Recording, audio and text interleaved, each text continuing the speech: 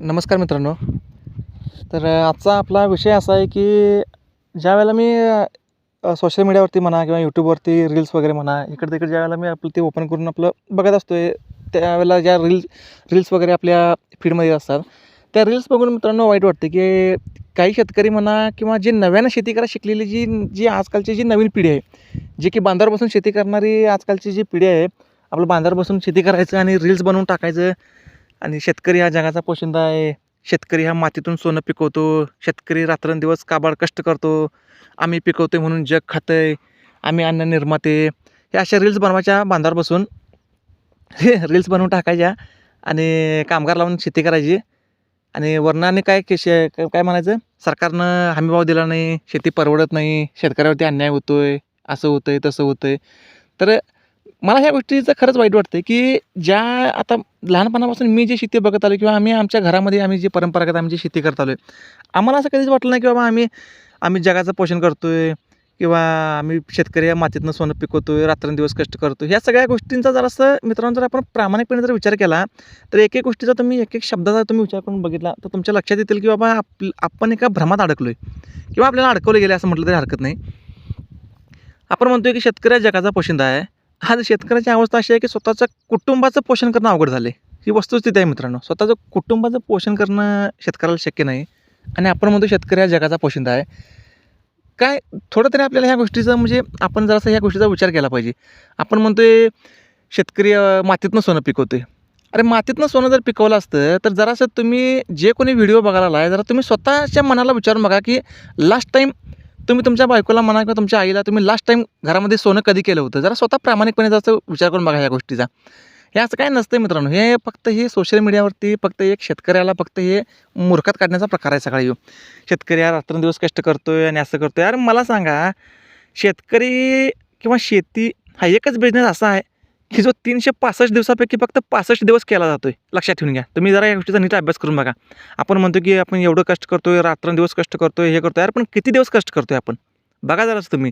खास करून ऊस उत्पादक शेतकऱ्याविषयी मला बोलायचं आहे. लावण कराय 2 दिवस इकडं-तिकडं, ते पण कामगार घेऊन. लावण केली, लागवड टाकायला म्हणा आणि वर्षातनं एक 10-12 पाणी पाजायला 1-1 दिवस, ते पण त्या कडेला लावायचं आणि ह्या कडेला येऊन बघायचं. त्याचं काय उभारून पाणी पाजायचा दिवस गेला आता.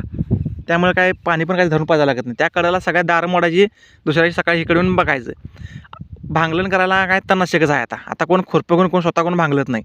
हां, जे स्वतः वैयक्तिक करत असेल त्यांच्याविषयी मला बोलायचं नाही. त्यांच्याविषयी मला आदरच आहे. कारण की मी स्वतः बाहेरचे कामगार वगैरे न घेता काहीतरी आपली छोटी-मोठी अवजार वगैरे आम्ही बनवलेली आहेत. त्या कोळपं वगैरे, हातकोळपं वगैरे आहे. ह्या गोष्टींना मी स्वतः मी हे करतो आहे. स्वतः मी वैयक्तिक आता मी ह्याच्यामध्ये उडीद टाकलेलं आहे. उडीद टाकाय माझ्याकडे आता कामगारांची सोय नव्हती म्हणून मी ते उडीद टोकनलं नाही. मी ते उडीद इसकडून घेतलं.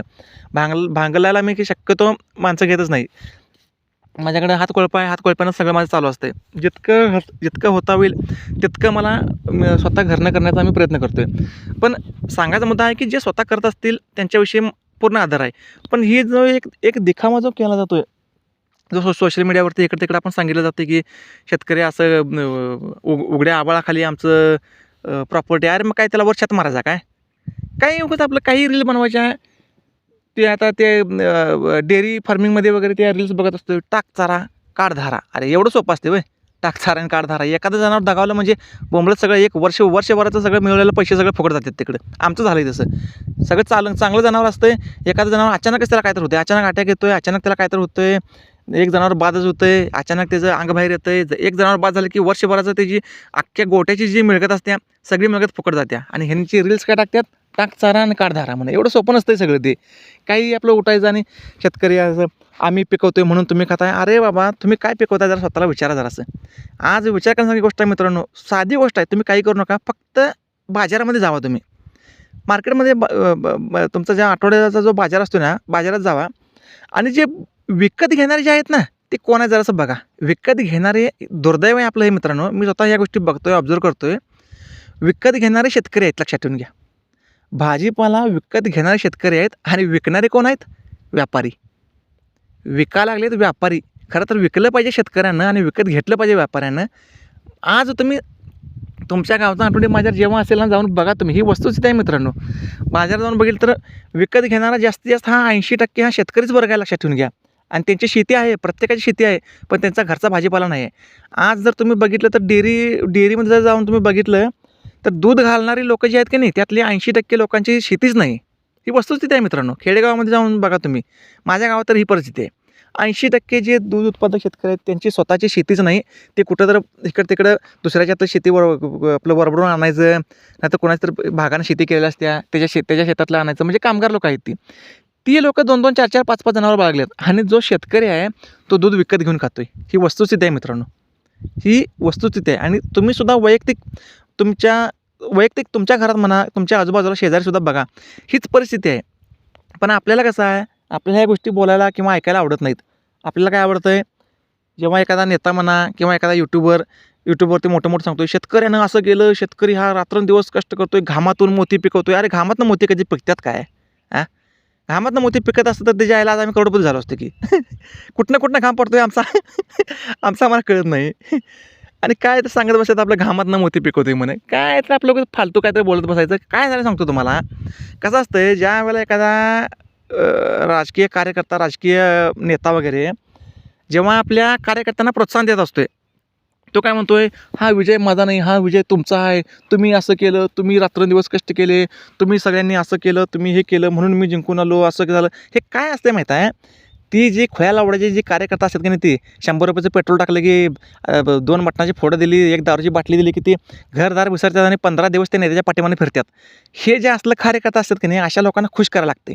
अशा लोकांना कधी-कधी एक जरा फोर्स करायला लागतोय.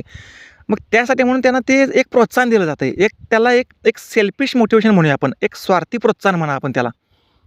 हे असं प्रोत्साहन समाज म्हणा, नेते म्हणा, काही सो कॉल्ड स्वतःला शेतकरी नेते म्हणून घेणारे नेते म्हणा किंवा एक सिस्टम म्हणा तुम्ही. एक सिस्टम आपल्या देशामध्ये अशी आहे ना, जी की शेतकऱ्यांना ही सगळी विरोधात देते. मातीचा पुत्र, जगाचा पोशिंदा, ते सोनं पिकवणारा, घामातनं मोती पिकवणारा, हे सगळे जे आहेत ना, ह्यातनं मित्रांनो जरा बाहेर पडा जरासं. हे सगळ्या थापा आहेत, लक्षात ठेवून घ्या. मला सांगा, आपण म्हणतोय अन्न उत्पादक.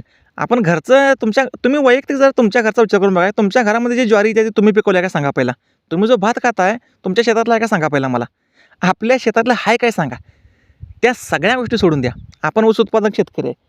आपण घरचा कधी गुळ केला आहे का सांगा जरासं मला जरा. तुम्ही घरच्या ऊसाचा घाण्यावर नेऊन घरचा ऊस दिला आहे आणि तिथनं गुळ विकत म्हणजे गुळ त्याचा स्वतः घरच्या ऊसाचा गुळ केला आहे. तुम्हाला कधी आठवतं आहे काय असं? काही आपण उगाच उठतं सुटतं, काही आपण सांगत बसतोय आम्ही असं केलं तसं. अरे कुठं तर त्याच्या ह्याला आवडपाटाला जरासं उडीद लावलं, मूग केलं, शेंगा केल्या, आपलं तेलबिया केल्या, तरी सगळं माझं तर घरचं असतं सगळं. माझं तेल लागणारं घरचं असते. उडीद मूग वगैरे सगळे हे जे पिकं असतात जितकं होता होईल तिथं. मी असं म्हणत नाही की सगळं 100% असते, पण जितकं होता होईल कमीत कमी आपण जे अन्न खातोय त्यातलं 50% अन्न म्हणतोय मी. सगळं उत्पादन करणं शक्य नाही. प्रत्येक गोष्टीचा विचार करत बसलं तर शक्य नाही. आता आमच्या मिरच्या घरच्या असतात, शेंगा घरच्या असतात, कडधान्य वगैरे घरचे असतात, पण सगळ्या गोष्टी घरच्या पिकवणं शक्य नाही, मलाही माहीत आहे. पण कमीत कमी आपण जे खातोय त्यातलं 50% घरचं असलं पाहिजे. आज शेतकऱ्याची अवस्था अशी आहे की आपण 100% विकत घेतोय आणि आपण काय म्हणतोय, आम्ही अन्न उत्पादक आहे, आम्ही काय जगाचं पोषण करतोय, जगाला आम्ही अन्न देतोय. अरे स्वतःच्या कुटुंबात आपण ज्या गोष्टी खातोय ना, इव्हन दुधाचं पाकिट, आपण पाकिटातलं दुधानं खातोय आपण शेतकरी. लाज वाटली पाहिजे आपल्याला. शेतकरी 2-4 एकर 5-5 एकर जमीन आहेत एकेकाच्या आणि पाकिटाला दूध आणून खातात. एक गाय एक म्हस मागायची होत नाही त्यासनी. आणि ही लोकं काय सांगतात सोशल मीडियावर त्यांच्या रील्स बघायच्या, शेतकरी असं करतोय, शेतकऱ्याचं हे होतंय. अरे बाबांनो, जागं व्हा. ह्या गोष्टीतनं बाहेर पडा. प्रामाणिकपणे जरा स्वतःला विचार करा. कसा आहे, कुठंतरी जाऊन कधीतरी जाऊन कोणीतरी कान टोचायला लागतात. कोणीतरी कधीतरी आपले डोळे खाड करून उघडले पाहिजेत. आपण जर ह्याच भ्रमात जर वाहत गेलो ना, तर परिस्थिती आपली अवघड होणार आहे आणि आपल्या ह्याच मूर्खपणाचा सगळेजण गैरफायदा घ्यायला. तर विषय एवढाच आहे मित्रांनो, की ज्या एका भ्रमामध्ये आपण जे अडकलो आहे ना, त्यातनं सध्या बाहेर पडण्याची गरज आहे. आणि ह्या अशा रील्स वगैरे बघणं वगैरे ह्यातनं बाहेर पडा, ह्या मानसिकतेतनं बाहेर पडा आणि घरचं जितकं होतं ते अन्न उत्पादन म्हणा, दूध वगैरे म्हणा, घरचं उत्पादन करायला चालू करा. जे काय भाजीपाला असेल, मी असं म्हणत नाही की वर्षभर पुरेल एवढा करा, थोडं करा, 5-10 लावा, 10-20 लावा. करत त्यातनं एकदा आवड निर्माण होईल. त्यातनं तुम्ही थोडंफार बाजाराला नेऊन विकायला चालू करशील. ह्यातनं सवय होत जाते. ह्यातनंच आपल्या लेकराबाळांनासुद्धा त्याची सवय लागते. नाहीतर होतं आहे काय, आज आपण बांधावर शेती करतोय, उद्या आपली पोरं घरात बसून शेती करणार. घरातनं फोन लावून सांगणार, जा कामगारांनी फोन करून सांगणार, जा मागून जा. तिकडं ट्रॅक्टरवाल्याला फोन करून सांगणार नाही जा नांगरून ये जा. मग हे हळूहळू हे सगळी ही विनाशाची लक्षणं आहे ती. तर थोडंसं जर ह्यातनं जर ही परिस्थिती जर आपल्याला सांभाळायची असेल तर आपल्या ज्या चुका आहेत ना वैयक्तिक भलेही मान्य आहे मलाही मान्य आहे की सरकारकडनं काही आपल्याला प्रोत्साहन मिळालं पाहिजे, हमी भाव थोडा मिळाला पाहिजे, निसर्गाची साथ मिळायला पाहिजे. ठीक आहे ना, ती मिळत नाही म्हणून काय आपण शेती करायची सोडणार आहे काय आपण? समजा उद्या आपल्याला अवकाळी पाऊसच पडला, मग काय तुम्ही शेती पेरायची बंदच करणार आहे काय? किंवा समजा दरच पडला, मग काय तुम्ही शेती पूर्ण पेरायची बंदच करणार आहे काय? हे करावं लागणारच आहे ना. कमीत कमी बाबा जे घरचं अन्नधान्य उत्पादन आहे, दूध उत्पादन आहे, घरापुरतं म्हणते मी. तुम्ही विकायचं राहून दे, पण घरापुरतं तरी आपण केलं पाहिजे. तरच ते बाबा शेती असण्याला काहीतरी अर्थ आहे. तर सांगायचा विषय एवढाच आहे की थोडंसं आपण शेतकरी या नात्यानं आपण जरासं जितकं होता होईल तेवढं ह्या सगळ्या गोष्टींचं आकलन केलं पाहिजे. आणि मित्रांनो जरासं चॅनल जर सबस्क्राईब करून घ्या जरासं. चॅनलच्या म्हणजे सबस्क्रायबर वगैरे काय व्ह्यूज येतात पण सबस्क्रायबर वगैरे काय वाढत नाही. तर जरा सगळ्यांना विनंती करता की जरासं चॅनलला सबस्क्राईब करून घ्या.